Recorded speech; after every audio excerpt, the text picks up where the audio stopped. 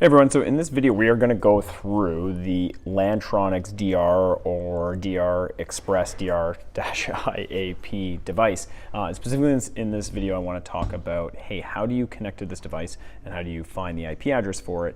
And then also if you are going to be working on these, and just as a recap, what we're going to be doing is just talking about everything related to heat trace Modbus communication. So when you pull one of these things out of the box, is that they're likely you're going to need to put a specific Modbus firmware on that. So that's all this video is going to talk to. How do we connect to this device, and then how do we get the Modbus firmware on to the Lantronix DR XPress device. So this is our device right now. I happen to know what the IP address is, obviously, because I'm connected to it. But if we pull one of these things out of the box, we're not going to know what our device IP address is. So I'm going to show you a very easy tool to make this happen. So on our computer, what we're going to do is typically we would have, when we know the device IP address of our device, we're going to be setting our computer IP address to be in the same subnet as that device. But I'm gonna right now change this back from right now it being specified, and I'm gonna change this. I'm gonna put this back to automatic. So this would be my IP address is just gonna have a dynamic IP address. Okay. So what I'm gonna do is I'm gonna close this. I'm gonna use a tool called Wireshark to find my IP address. So I open up Wireshark. I need my laptops physically connected to the Lantronix device. And then what I'm going to do is I'm going to click Ethernet here, and I'm going to double click it. And what I'm going to search for is I'm going to search for a function called ARP, and I'm going to hit enter.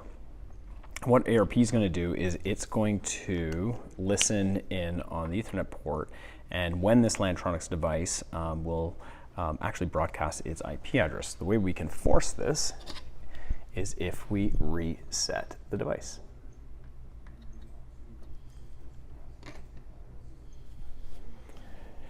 And what I'm going to see here is on Wireshark, there's going to be a couple sources that show up. And the first one here is we can actually tell that this is the Lantronix device because it's showing Lantronix here. And it's actually announcing what its IP address is. So then I can easily tell that the IP address for this device is 10.21.3.202. So I can close Wireshark. There's nothing else I need to do here. And then what I can do is I can come back over to my computer and I can set the IP address for my machine so it's in the same subnet.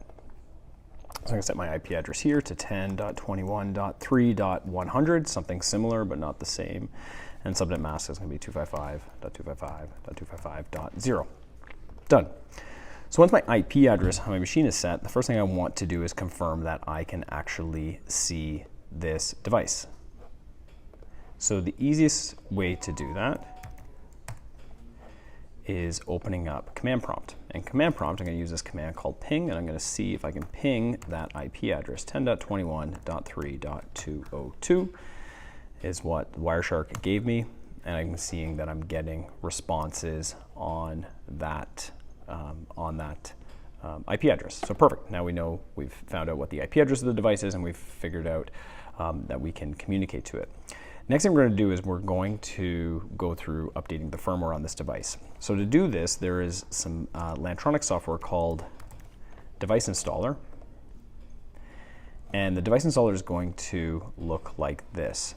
Now, since I've set my IP address on my machine to be the same subnet as my Lantronix device, the first thing it's going to do is it's going to search for devices that are on the network. And what it did is it found one. And I can see my XPress device here, and I can see the DR-IAP.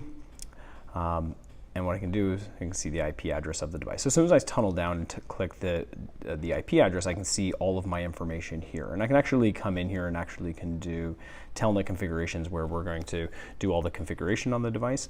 But the first thing I want to do is when you get into the DR-IAP, what we're going to do is we're going to go to the telnet tab, we're going to hit connect. We're going to hit enter for setup mode, and if your telnet looks like this, I can tell you right now that the Modbus firmware is not loaded onto the device. And we need to get that on here to make this work for any sort of heat trace communication or any Modbus RTU or Modbus ASCII communication. So how we do that is on the Lantronix device installer, we're going to actually click this IP address, and we're going to hit the upgrade button. And what we're going to do is we're going to create a custom installation specifying individual files. We're going to browse these files, and these files are on the knowledge base hub. And I'm going to find them here.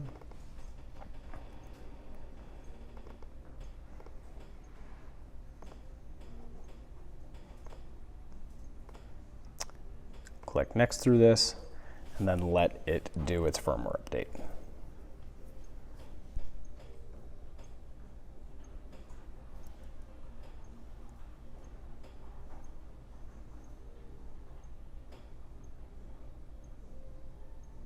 Perfect. Now that the firmware is completed, the device is going to go, it's going to reboot itself. And then when I'm in here now, and I come back over to the telnet configuration, and I connect again, and hit enter for setup, this is what we are looking to see. We're looking for it to show the Modbus TCP and RTU bridge setup, and your screen to look like this. Now, we're able to make programming configurations all right here using the Lantronix device installer software, but it's actually not the preferred way that we do it. What we like to do is we actually like to use the command prompt screen and actually telnet into that device. So what we do is the command here is telnet and then the IP address of the device, 10.21.3.202, and then we need to specify the port, and the port to telnet into this device is 9999, and once we get that, we're able to click enter for setup, and then we're in the exact same screen. We just find that this is just much easier, a little bit easier and simpler to use rather than using a piece of software to do the exact same thing. Well, anyway, that's all we wanted to cover in this video, is simply just how to connect to this device and how we update the firmware to make sure that when you do telnet in, your telnet screen or your configuration screen is configured to the Modbus firmware.